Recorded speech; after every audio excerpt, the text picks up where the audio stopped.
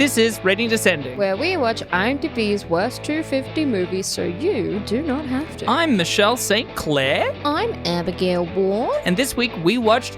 That's my thing. Double Dragon. Two brothers have half of a powerful ancient Chinese talisman. An evil gang leader has the other half and determines to get the brother's half and have a complete medallion so he can gain absolute power. Let's watch.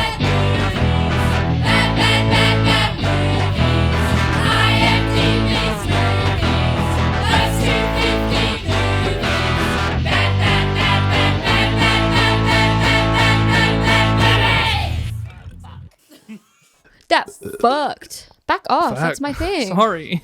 That's my whole shtick. You can't make it this obvious that we recorded these one after the other. I've been thinking about it all week. Yeah. Well, how are you, Abby? Yeah, I burped in the opening and then I asked how you are. You care about me? Yeah, I care about little old Abby. Oh my god. She's so little and yet so old. She's so petite. She's so petite Ready and to yet eat. ancient. Wise. Yes. Noble. She's like a tree. Yeah, I'm alright. Beautiful. She's like a tree. Beautiful as the sea. Yeah, I'm fine. I'm alright. I'm trekking on, you know? You're trekking I'm almost getting to Keep that on point. keeping on. Yeah, a bit burnt out. Like a bit tired. Bit tired. Yes, like at the gym, I almost fell asleep the other day. Oh, yeah? I was like on one of those machines Wait, where you were you're at like, the gym and you almost fell asleep? yeah, Sorry. I was on one of those machines where you're like kind of basically lying on your stomach, and I was Okay. like, it's actually pretty comfy here. I could just, Well, I just sort of. No. Well, you're lying on your stomach and doing what? So it's a leg machine. It's the leg extension machine. Okay. So you lie with your tummy on the equipment, and guys, I started going to the gym this year, and you grab the poles in front of you, Okay. and then your leg is propped up, like your knees are supported, but then there's a gap, and then there's this bar across the back of your calf, Okay. and you basically squeeze your leg up, Okay. and the bar is weighted, so you get a good like kind of strain, like a good, you exercise the muscles at the back of your thigh Okay. in particular and the back Yeah. of your calf, and so it's really good. It's a leg extension exercise, and so obviously the idea is the more weight you add, the more of a muscle you'll build at the back of your legs, and I got none. So Yeah. anyway, it's very comfortable when you're lying down. So- and the problem is I keep going to the gym and I know I'm knackered at the moment because I keep almost passing out on that machine. So, It's alarming. So someone's passing you by and then they might see you on the machine just like... And they're like, sorry, do you have how many more reps do you have left? So how many reps? How many reps? Sorry, ma'am. Sorry. I just wanted to ask how many reps do you have? There's something about gym decorum, man. Like, I know you don't go to the gym. This is not I a don't know. conversation for you, but it's for the listeners that go. No, it is also for me because I should go to the gym. I know I need to be more fit. I know I need to do it. I don't understand the gym decorum and rules. It stresses me out. You started talking about the gym and I felt my chest tighten because it Just now?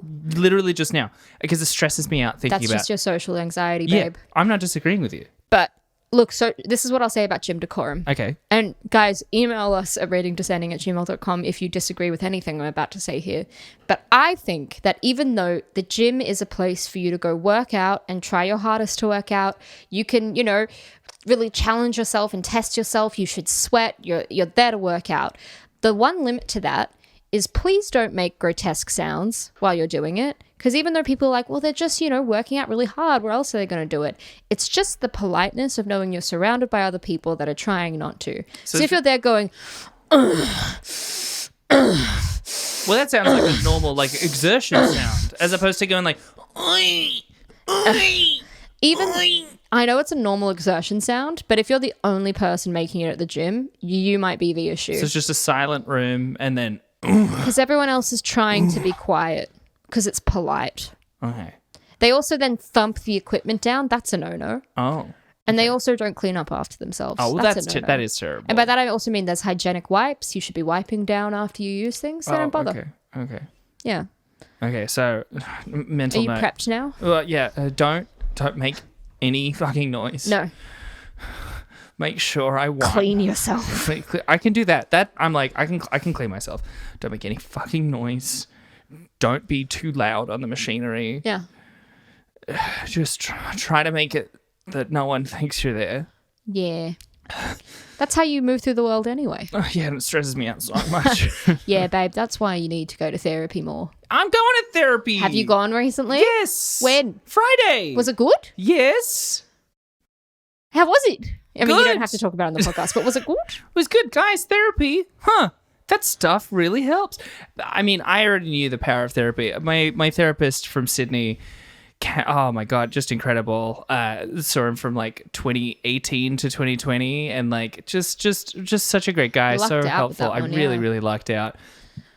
This new therapist, pretty great. I'm having a good time. You know, it's helping. I'm there. I'm partying. You know, I walk in and I'm like, "Hey, girl," and then she's like, "Fuck yeah, Michelle, pump it up, I'm like, get those titties out." And then I go, blah blah blah blah blah blah blah blah blah. That's my titties blubbing up and down. And let me get the girls out. And it's my flaps, and I'm just like.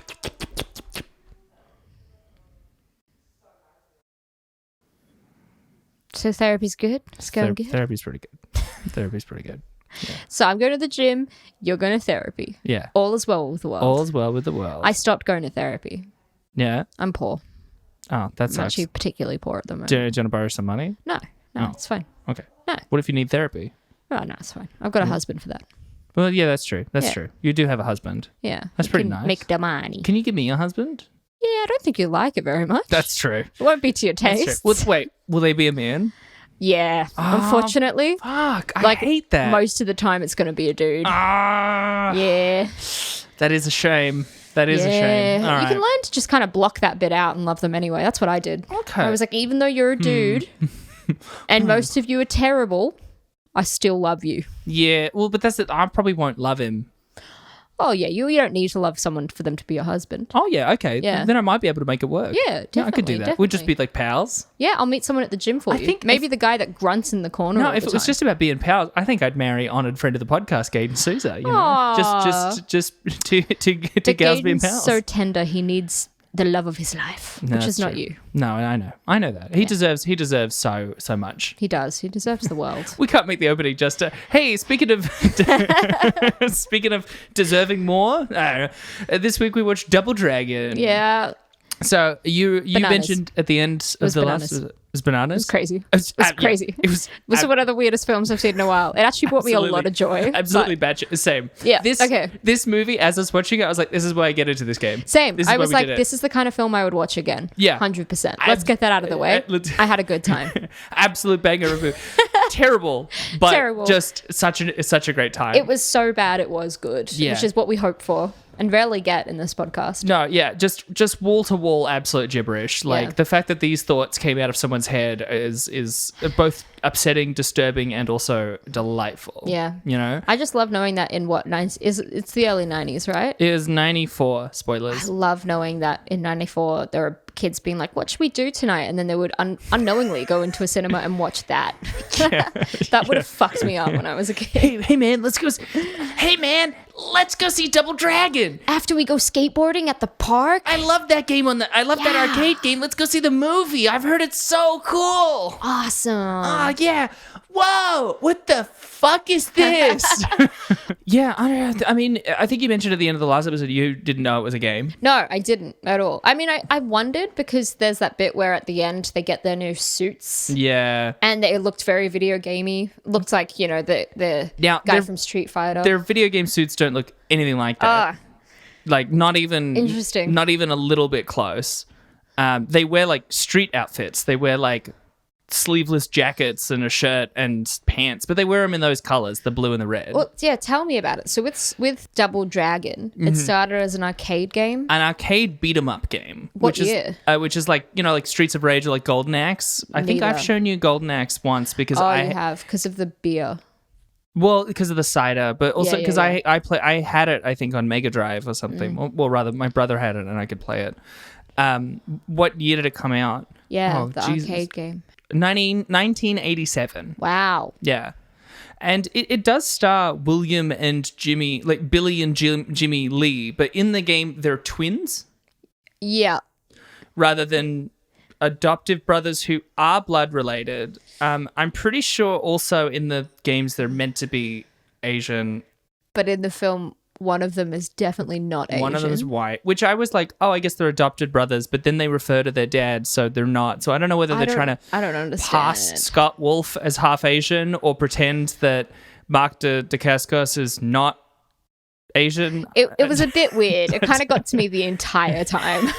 It was a smidge distracting. It was because they truly did not address it. They really didn't. They didn't even have an expositional bit of like, hey, I know that you're my half brother and all, Yeah. and that we only share a dad but not a mom, but I really like you and I feel like we're so close as stepbrothers, you know, like or again, half-brothers. even like, oh man, both of our parents were killed and now we've both been adopted by this woman, so we're brothers, man. What was her name? Satori? Satori, Yeah, Satori was who I'm pretty sure not in the game. Also, Alyssa Milano's character Marion is mostly so. The original game is they're Street Fighters. It's a beat 'em up. That's the kind of one where like rather than like a fighting game, you are a character moving across like a 2D level, and then like you punch up a lot of enemies and stuff. There was also like a Teenage Mutant Ninja Turtles one. Yeah. There's like a cowboy one I think I had played on arcade at one point. And it's like they have a dojo, and they're fighting through a bunch of enemies, mostly because Marion, who is a student of theirs that they're both in love with, that has been kidnapped, and so they're fighting to get to her, and then at the very end, because Jimmy is only player 2, and so then they fight each other for the affections of Marion at the very end. Right. Yeah. Okay, classic damsel in distress bullshit. Now that I've described that, I really can't think of a single part of that is present in this movie. So let's... Or rather, like, a single part of the movie that sounds present in the game, either. What the fuck? Let's get into the key details, because we're kind of already doing it. We do so many video game adaptations, dude. I'm so glad we have another one. Stop burping. That's me. That's my thing. It's weird that I got through the whole recording and didn't need to burp, and then now it's all coming out. See, now you understand my struggle. It's not a choice, okay? It's not a choice that I make. There's all right? always It's a a choice. normal bodily function. There's always a choice. You've just made it. That's them. They're coming to get you. So, as I mentioned, this movie came out in 1994. Yeah. The director of it was James Ukich, which he has mostly directed since then, like live shows, comedy specials, talk shows. He's directed TV movies and stuff. He has so many directing credits on IMDb, and you can't click on his name on Wikipedia. Whoa. It's that kind of career. Yeah, okay. Right? But I'm pretty sure this is his only feature film credit as a director. It's starring Robert Patrick from like Terminator 2. What? He's the T-1000. He's the evil guy? He's the Terminator in T2. He's the really famous character actor, right? Like he's in everything. Yeah, he's in tons of stuff. Because we're watching Lost at the moment, and I think I just watched him play this character called Hibbs in Lost for like an episode. He's in everything. He is in a lot of stuff. He really is in so many things. What's his name again, sorry? Robert Patrick. Okay. Robert Patrick. He is in Lost. He plays Hibbs in the episode Outlaws. You were totally right. He's also, he's Master Piandao in Avatar: The Last Airbender. Yeah. Oh, that's really fun. Everything. He really is in so many things. Oh, I thought so. Sorry, I just discovered that he's the head of parking in an episode of Community. Ah. Yeah. He's Anyway. like the Jim Broadbent of American actors. I guess so. Yeah, but much more intense. Yeah. So starring Robert Patrick, Mark Dacascos, and Scott Wolf. Is Mark Dacascos playing? He's playing Jimmy. Okay. And Scott Wolf is playing Billy. But you said Billy was more of the player 1 in the video game? Yes. So therefore Billy is more of the main character? Yes. But it should be Jimmy, wouldn't you think? No, What? don't worry. Okay. None of it makes sense anyway. Okay, great. Well, I think that's why they made Billy white. Yeah, that's Right? the weird bit, hey. Like, I didn't want to say anything. That's probably why they made Billy white, right? like, is that he's the lead character. Why is of he the movie. white? I don't get it. I literally don't get it. It's a weird question to ask why someone is white. Yeah. Because they can't answer that. But, I'm not asking why the actor's white, but why did they make the active decision? You're going to Scott Wolf. Why are you white? Why are you white? He did whiteface for this film, man. Turns out he is Asian. Oh my God. Yeah. And as I said, Alyssa Milano, the budget for this. Oh yeah. Also, I love Alyssa Milano. She's great. She's great. She's a good person. I think she's fab. Cool. I didn't know she was a good person. I feel like she is. Like every time I read anything about her, I feel like she's a legend. My mum watched Charmed a lot, so Yeah. I grew up watching her in a bunch of stuff. Well, not in Charmed. Because she was A bunch of episodes of Charmed. she was a bit of like a teen like sensation, right? And She was Who's a the Boss? And she was a singer. Was she a singer? I think she had a musical career in the 80s. I feel like if we were 10 years older, I would just already know all the answers to these questions. Yeah. I feel like if I was in my 30s, Alyssa Milano would have been really big for me. if you were alive in the 80s, you would have been all over it. But I'm pretty sure she had a singing career when she was Whoa. younger. This is a crazy first line in her Wikipedia career. Milano began her career at age 7 when her babysitter, without notifying her parents, took her to an audition to the National Touring Company of Annie. And she was Wow. selected from more than 1,500 girls. Jesus, that's incredible. Yeah.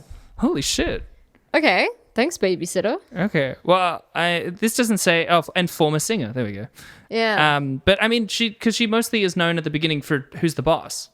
Is that a TV show? Like a sitcom? Yeah. It's old school like sitcom. Tony Danza and stuff had 8 seasons in the mid 80s to early 90s. They even reference it in this movie where Linda Lash, oh my god, my favorite character in this movie, like grabs her and then is like, "Who's the boss now?" You know, and you're like, "Hey, good one." The main thing I remember about Alyssa Milano, which touched me, very Princess Diana move in a sense, is that there was this kid dying from AIDS in the 80s and he was like a teenager and no one wanted to touch him, obviously, and he wasn't allowed to go to school. And even though people knew at that point that it wasn't actually spread through it wasn't airborne, it could only be spread through like bodily fluids, people still didn't want to touch him or associate with him. But Alyssa Milano, instead, she sat with him for like 6 hours and they made friendship bracelets together. That's really sweet. Yeah, to like kind of raise awareness to like, this is not like fucking weird, like this is normal, this is fine. And then he died and all of these celebrities like went to his funeral. Like Elton wow. John sang a song for him. Oh my god. The AIDS crisis was fucking horrible. Anyway. Well, returning actors, Mark Dacascos, I didn't realize, was in The Island of Dr. Moreau. As who? Like, oh god, I had remembered... As Birdman. As man that turns into shark. Lo Mai, who I'm pretty sure was like the cheetah guy. Oh! Yeah. Yeah. Yeah, who was like a bit dark and edgy for a bit. Yeah, he was Lo Mai in Cool. The Island of Dr. Moreau. Of course, as well, there's a brief appearance by Andy Dick, Yeah. as well as George Hamilton, who I was like, why is he familiar? And then I was like, oh, because he's the villain in Casper Meets Wendy, a movie I've already mentioned on the podcast because my God. Pauly Shore's in it as well. Yes. I fucking loved Casper Meets Wendy, That man. would make a great bonus episode. But it's not bad enough. It's too good. I think when we rewatched it for Let's Watch Bad Movies, we realized how much I'm like, oh, childhood nostalgia has definitely blind. Like, this movie's not great. Dare you, all right? When I was little, all I loved wanted it. to be was Wendy in her Same. little red onesie with her big wand running around and poking it around. Absolute gender vibes for me. I'm like, I didn't even realize it was like a onesie until I was an adult. I just like, I want to be that. I want to be a little witch girl. I kind of still do want to be a witch. Hell yeah. Do you want to be a little witch girl or just a witch? Well, I don't really want to be a little girl. Yeah, I'm okay with being an adult woman. You know, but so yeah, just like a cool adult woman witch. That'd be neat. That'd be fun, but not in the like TikTok witch sort of way. You know, just in the wears If a you're cool seeing hat. this, I have a message for you. Look out for the numbers 444. But yeah, Andy Dick was in the comebacks, Zoolander 2, and Inspector Gadget, meaning I hate he's Andy Dick. joining the illustrious four. Wish you wouldn't. And the budget of this was $7.8 million. That is not very much. That's way lower than I thought it would be. That's insane. And it made 4.2. Whoa. Ouchie. You would expect like, well, we're only doing 7.8. It's gotta make money, right? Nah, nope, still didn't manage to do it. That's fucked. All right, here's the overview. It's a slightly longer one because there's really a lot that goes on. Koga Shuko, who, by the way, Linda Lash in the games. Oh, okay. Abobo in the games. Koga Shuko, not in the games. However, they did then after this, I can mention more of it later if you want, but after this, make a fighting game where they adapted a bunch of the stuff in the movie and they made Koga Shuko at the final boss. So he was eventually in a Double Dragon game. Koga Shuko, a crime lord and businessman of New Angeles, The shambolic city left behind after much of Southern California was destroyed by an earthquake and taken over by gangs. Again, none of this is in the games. New Angeles is so good. And again, none of it. This is just all new material.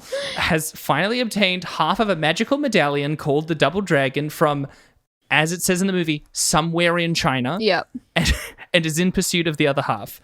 Meanwhile, teenage brothers Billy and Jimmy Lee are martial artists trained by their guardian/adoptive mother, Satori. On their way home from a lost tournament, they are accosted by gang members who run the post-curfew nights and tollways. They narrowly escape, but not before the gang leader, Abobo, sees that Satori has the other half of the medallion, reporting back to Shuko its whereabouts. Satori finally explains to Billy and Jimmy the nature of the medallion and gives it to Billy. Shuko arrives and attempts to steal it, burning down their theater/home and killing Satori in the process. However, the brothers escape. Shuko, using the power gained from his half, which allows him to turn into like a shadow. Which is so good. The animation is insane. Every single time he becomes 2D and then slips into the ground as a shadow. He wobbles a bit. Using the power gained from his half, unites all of LA's gangs except the Power Corps, a vigilante gang run by Alyssa Milano, run by Marion, who's also the daughter of the chief of police. Yes, and she wears wigs in front of him, so he doesn't know that she's a bad girl with a short haircut. That's right. It's a very important part of her character. Blonde haircut.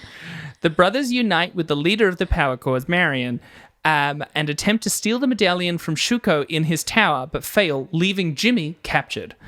Returning to the Power Corps base, Billy continues to try and figure out how to activate his half of the medallion, which he has been unsuccessful thus far. However, the base is attacked by the gangs, and Jimmy reappears, now possessed by Shuko.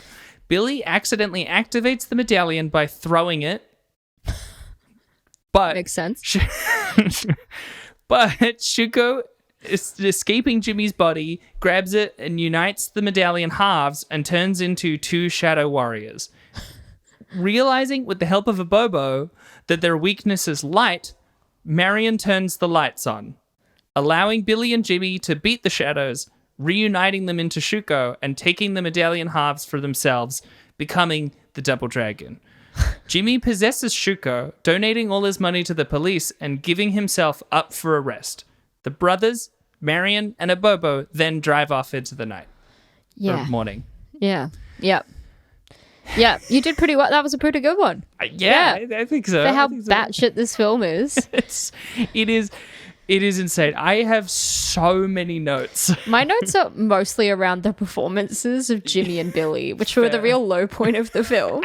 Jimmy in particular. No, Billy in particular. I don't know. There was that bit where they're sitting by the water and Jimmy throws that red box into the sea and he's like, I can't remember the specific line. He's just like, you're just so like, you're just being such a downer about it. And he like throws the box into the sea and he's like, I'm sorry, Billy, I'm sorry. It's awful. Mark Dacascos, I feel like, was giving it as well. Too much.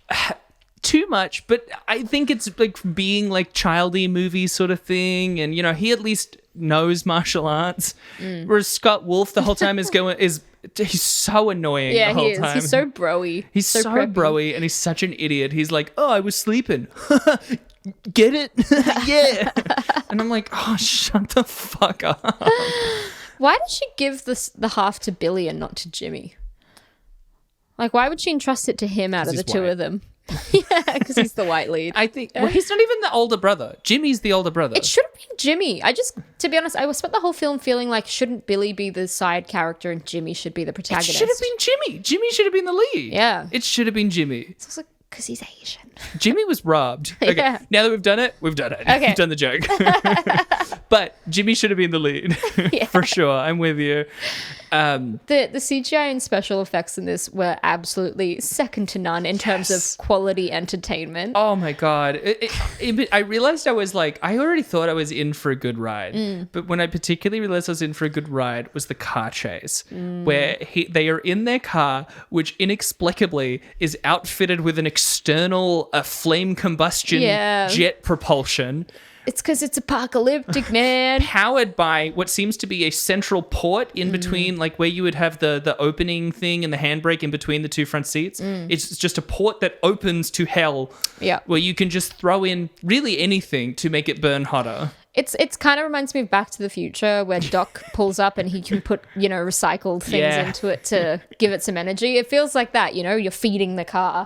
I just love that there was something about the 80s and 90s where they were like, surely society's going to collapse in 20 years, right? I wrote it down. 90s LA was fucking on one. Yeah. But I was thinking about it during the movie. I was like, why is it like that? You get like as well, like Escape from LA and stuff. And like they were really like convinced. Also Terminator. And Terminator, but then I realized it was probably the riots and the fact that gangs. The 90s were a very violent time, in particular for America. In LA, in particular. In LA and in New York, it had the highest rates of crime ever recorded. Apparently, there was some horrible statistic where it was like 6,000 people got murdered in a month in the 90s, like in New York City. It was incredibly violent. Jesus. So I can understand why people are like, it's the end of the world. Like Everything's on fire. The and rise there's of weird... the gangs. Even the police were like, we're just a gang now. Everything's on fire. There's like weird smoke rising up from the alleyways and steam, and people are wearing long coats and smoking ciggies and playing sax. Everything's evil here. Everything was falling apart and the president was playing the saxophone. It was an insane time. The 90s were fucking crazy. It was. And we weren't even there for most of it. Yeah, no, I was a little baby in a different continent. Yeah, and I've just been born. I'm 3 years old today. Today? Yeah. So you were born at the beginning of this podcast? Yeah. Well, no, actually, I was a baby. You were a little late. You weren't born yet when we started. Yeah, I was in the womb. Oh, okay. When we began. Man, you were really good at recording. I didn't realize that. Actually, we're a bit rusty at the beginning, but that's why. That's just trying to. You were still figuring it out. You're still figuring it out. Are you intimidated by how young and fresh I am? No, because I know if you're a baby, I'm like, oh, I'm smarter and better than you for sure. Well, which is what I think every time I see every baby. Yeah, you're like, I could physically overpower you. I could beat you in a fight any day. I could beat you at most things right now. Yeah. At right now. I'm way better at editing than you are. Yeah. I'm way better at talking than you are. Yeah. Have you ever played Kingdom Hearts 2, bro? I would fucking smoke you. Look at me feeding myself. You can't. You don't know how to do that. Yeah, you don't even have fucking money idiot. to buy food for yourself. You don't even understand what I'm talking about when I say food. You don't even understand the competitive nature that we've got going on here, this rivalry, because you don't understand what I'm saying, you fucking idiot. Yeah. Yeah. And then I sock him. Hell yeah. And I bet you win that fight every time. Yeah, but please don't beat me up. I'm a good baby. Not a bad baby. I mean, we can't get too intense about babies because if you remember, in our law, IMDb boss baby is the one who is in control of our contracts that make us have to watch all these movies. Well, what we're saying is that most babies are stupid except for IMDb boss baby, who is the only good baby in the world ever. And praise we love praise be. It's okay. 2 more years and we're out. We love you, boss baby. 2 more years. We love what we do. We love you, boss baby. We'll die for you, boss baby. may the sun and the wind be your compass, boss baby. But I didn't even finish explaining what made that car chase. Because they were doing that. He throws out a piece of paper with loose goo on it. Oh, you don't have a bit of loose goo around? It's either shit or it's loose goo. Or it's cheese. It was yellowy. Was it cheese? Why is there smeary goo cheese on the newspaper? I don't know. Is it meant to be like acid burning it? No, I don't think so. Because you know how there's acid clouds in the I thought it was just sticky refuse. Because they mentioned that like everything, there's like a toxic fog and like an acidic rain in New Angeles. The screenwriters heard of the concept of acid rain and went fucking wild with it. Yeah, but I feel like the map was meant to have been hurt by acid because later in the film they find something else. I'm not talking about the map. Oh, sorry, what were you talking about? He, out of the window, grabs some newspaper with some sticky refuse on it and then chucks it behind him. No, and then it smacks on the windshield of a Bobo's like big truck. Right.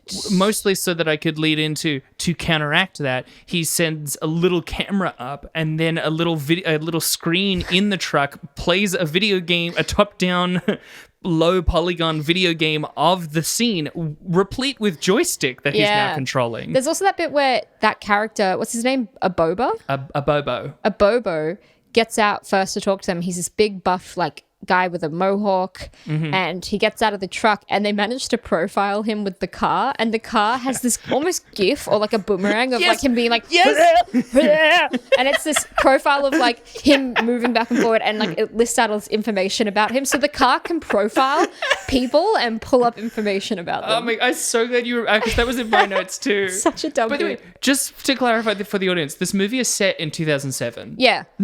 Yeah.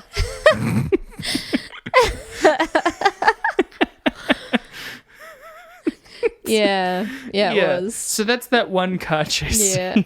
And also just a reminder, Blade Runner was set in 2019. So. Oh, wow. No, was it 2049? No, I think it was 2019.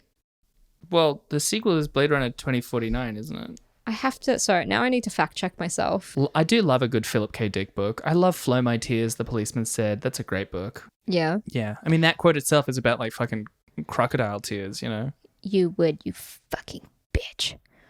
You fucking love it, wouldn't you? Job is fucking pointless whilst someone else has their, like, realizes that their celebrity is entirely pointless. Wow. It's set in 2019 Los Angeles. Yeah. Oh, that's really cool. I just love this weird 80s, 90s perception of the years we've lived through already.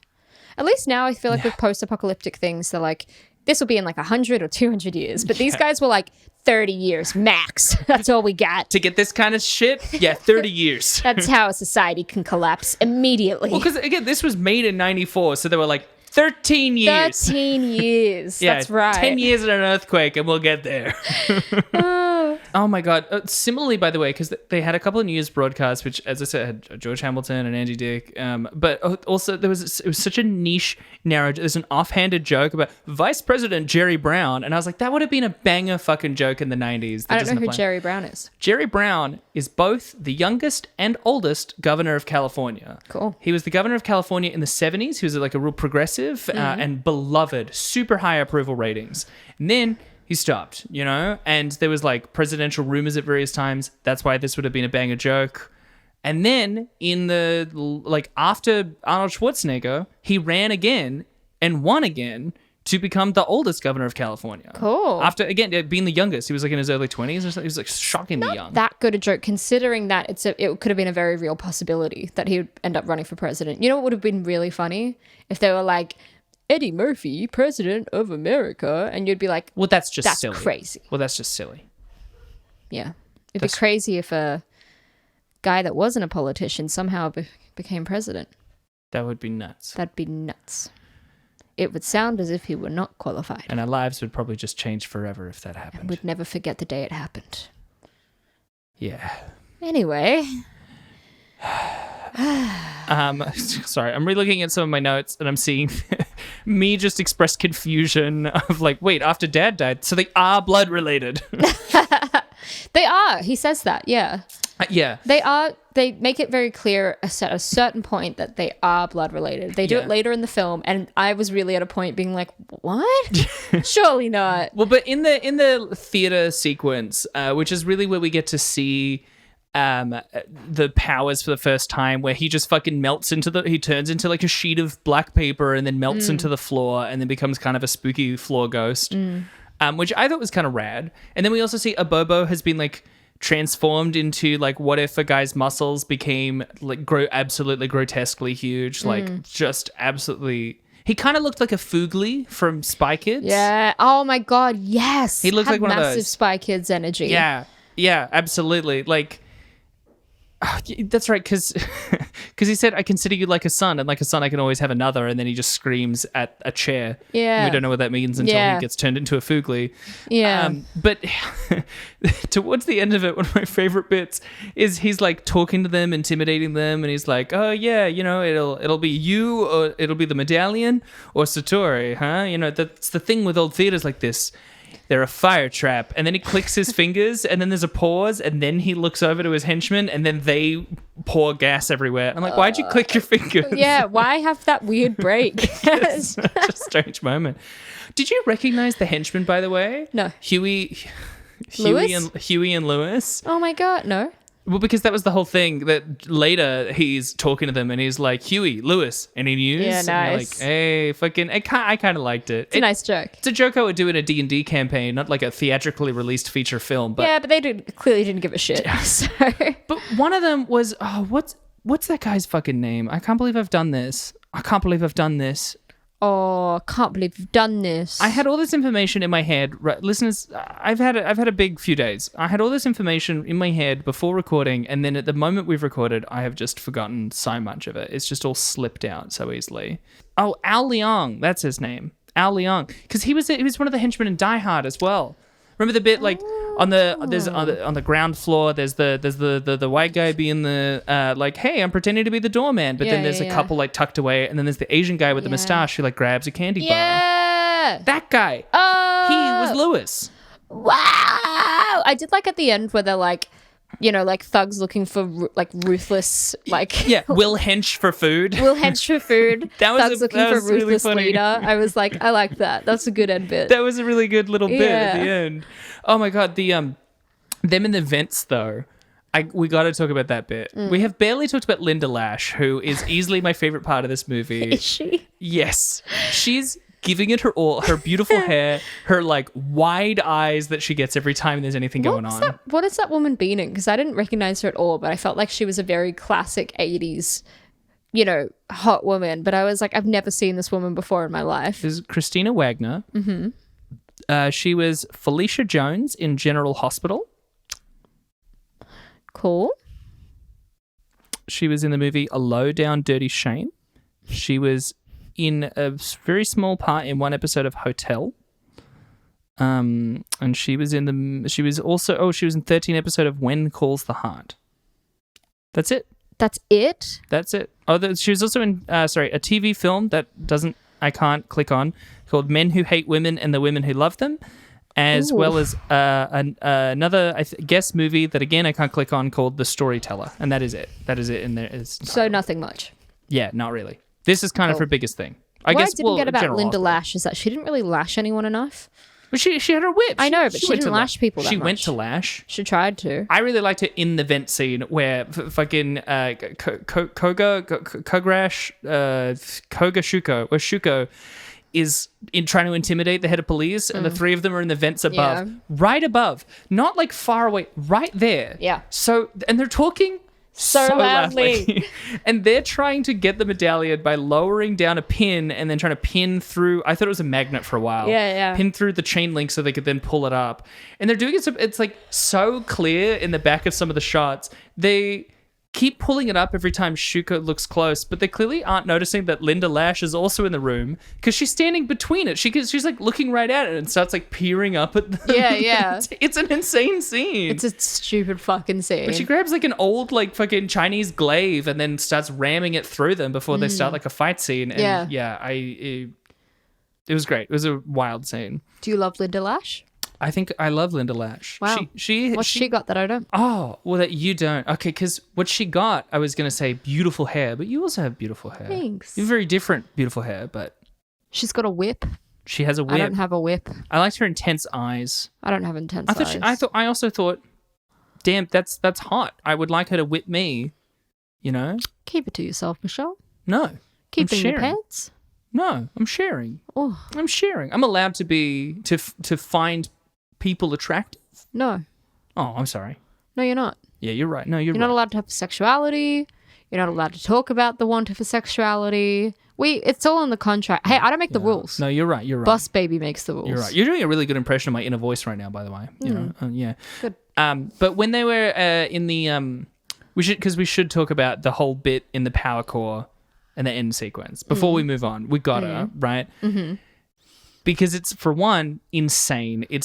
I think the brief was how many colors can we possibly get power core onto their outfits? Yeah, the power core set and the power core characters were nuts. Absolutely. Someone with color blindness absolutely assaulted that set. Running through the whole base is a stream of green liquid. Yeah.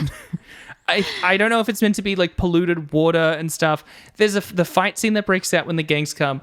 Everyone's strategy is just to shove. There's just so many shots of people getting shoved into the green water. Yeah. I keep wanting to call it goo, but it's not gooey. It's just water. It's runny. But it's a very bright, vivid green. Yeah. Like if the lights were off, you would get the impression that it glows. Ooh. I also kept paying attention to the other gangs in that thing because there was a cowboy, there was a postman, that we kept seeing get punched up. There's a guy dressed like Jimi Hendrix. There's a guy with a pea coat, clown pants, and a bandana. And then there was also a spotty mime with alien fingers. Did you notice that guy? There was a bunch of them. I think that's one of the gangs, is the spotty mimes with alien fingers. It's too much to process. I know I saw it, but you describing it was somehow more overwhelming. Yeah, that's like in the background. That's like one of some of the background stuff. They're never named. They're never labeled. They're just there. They just put it in. Let's make it fucked up, but we're never going to talk about it. Yeah. What kind of gangs would there be? Oh, yeah. Okay. No. In 2007. Oh, well. Deranged. Yeah. Nuts. What Madness. if a mime was a Dalmatian, but he had real fucking spooky fingers? Love it. Put it in. Jimi Hendrix. Love it. Put it in. The Postman. Yeah. Let's do more coke. Fuck yeah, man. Fuck yeah, man. Oh, that's good shit. Yeah. Did you have anything else you wanted to go through? Dude, no. It was a lot. All right, Give me some trivia. Let's do some trivia. IMDb trivia. All right. On the first day of shooting, Mark Dacascos, while warming up, sprained his ankle, but told no one and wrapped it up himself in his trailer. That's a me move. Risky move, though. That's a me move, man. So easy to get Remember when I injured. sprained my ankle and you and I were in like Vancouver, and then I was like, let's climb that mountain. And you were like, I don't think you should because it's covered in snow. We're not really allowed to. And you've sprained your ankle. And I was like, no, dude, I'll be fine. But then we're like, actually, let's not. And I remember the severe amount of pain I was in just that night. You had to like bandage up my leg for me, like my foot, because I could barely just walk in non-snow. Yeah. That's right. Yeah. There was also the video, Nursey Mish. Oh, yeah. How did it go? It was like, Nursey Mish, Nursey Mish. I can't remember, but I remember I interrupted it ended because I was like, I'm really trying to concentrate. Yeah, that's right. And I was like, oh, sorry. Coincidentally, the Cuyahoga River with a boat chase scene was filmed on. We didn't talk about it, but that's because my only note on it was it's not as good as the car chase. Lots of explosions, I guess. Not as good as the car chase. None of that interesting. No. The Cuyahoga River with a boat Jesus. The Cuyahoga River. The Cuyahoga River where the boat chase scene was filmed on actually has caught fire multiple times in past years due to pollution. Oh. Yeah. So it was actually quite accurate. Yeah. Good on them. They did the research. Also, even though apparently they warned everyone and several news stations warned everyone, because there was a big explosion on the river, a bunch of the locals kept calling in to Really? emergency services for 10 minutes. Oh. Right before the Lee brothers fight the gangs in the junkyard, there is a close-up of one of the Clown gang members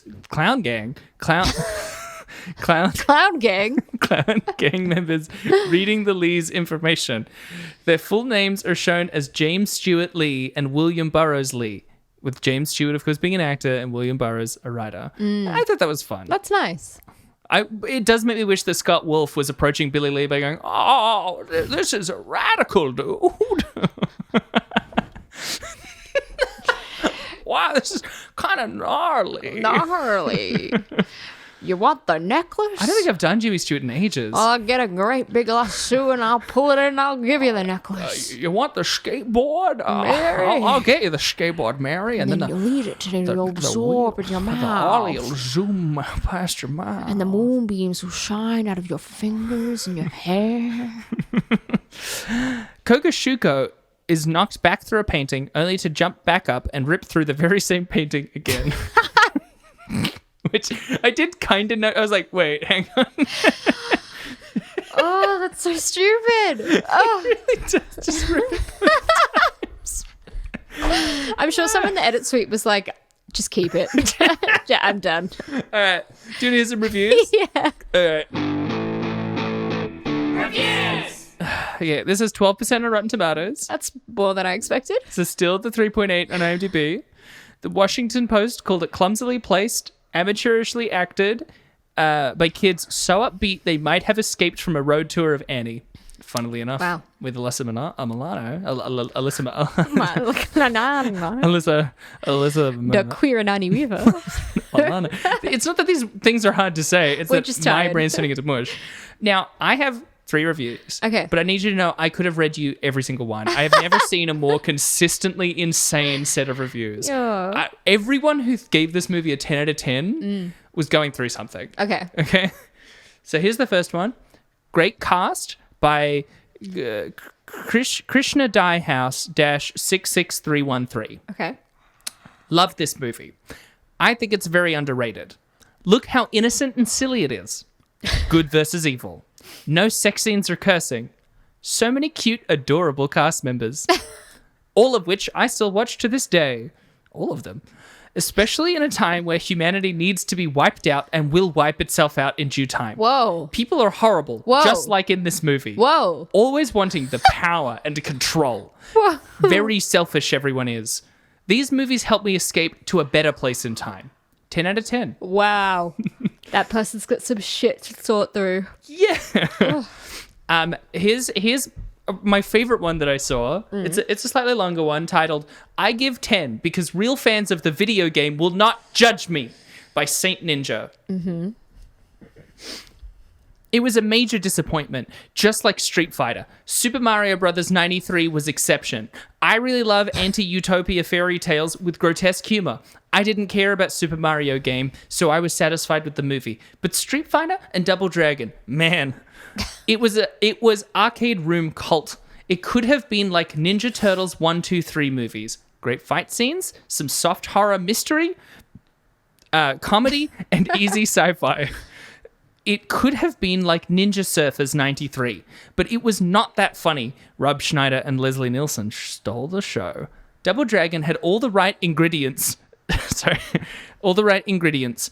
Story, mystery, good cast, interesting futuristic sets, colorful exotic costumes, but, where are the fights? I mean, crazy brawls with chains and baseball bats. Bruce Lee, Chuck Norris, Jackie Chan way. They had Van Damme for the Street Fighter. Keep listing. They had Van Damme for the Street Fighter, but he didn't fight 5 minutes. They had Mark Dacascos for DD, and guess what? Yes, the movie looks cool and beautiful like a bubblegum sticker from the 90s, but on the metaphysical level, the paradigm of beat-em-up games is missing. I would give 5, but I changed my decision after seeing the budget numbers. The budget was 7 millions. We can argue that Bloodsport 88 had less than 1 million, and nevertheless, it was real fighting masterpiece, but we must agree that 7 millions is not enough for a major video game movie. Street Fighter 94 had 35 millions. Ninja Turtles 90 had just every time the date. Ninja Turtles 90 had 13 millions.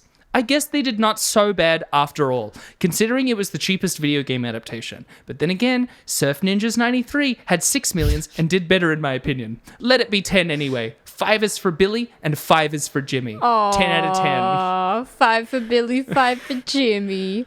I want to see Surf Turtles. No, Surf Ninjas. Surf Ninjas. And Ninja Turtles, meaning... Brain's dying. I don't want to see Surf Ninja. Actually, I still do. I do agree that the metaphysical nature of the, of the paradigm of beat-em-ups. And here's the last one, titled Arcade Classic by Ferrin-87754. How dare you maggots insulting this very instant classic movie ever! How dare you said nonsense, rambling, bumbling are movies. This is not movies. I agree. This is Big Fragment, created only for supporting... What? Only for supporting the one-on-one versus arcade.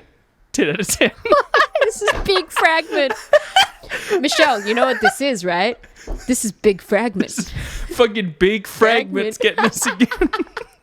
This is not movies. I'm crying.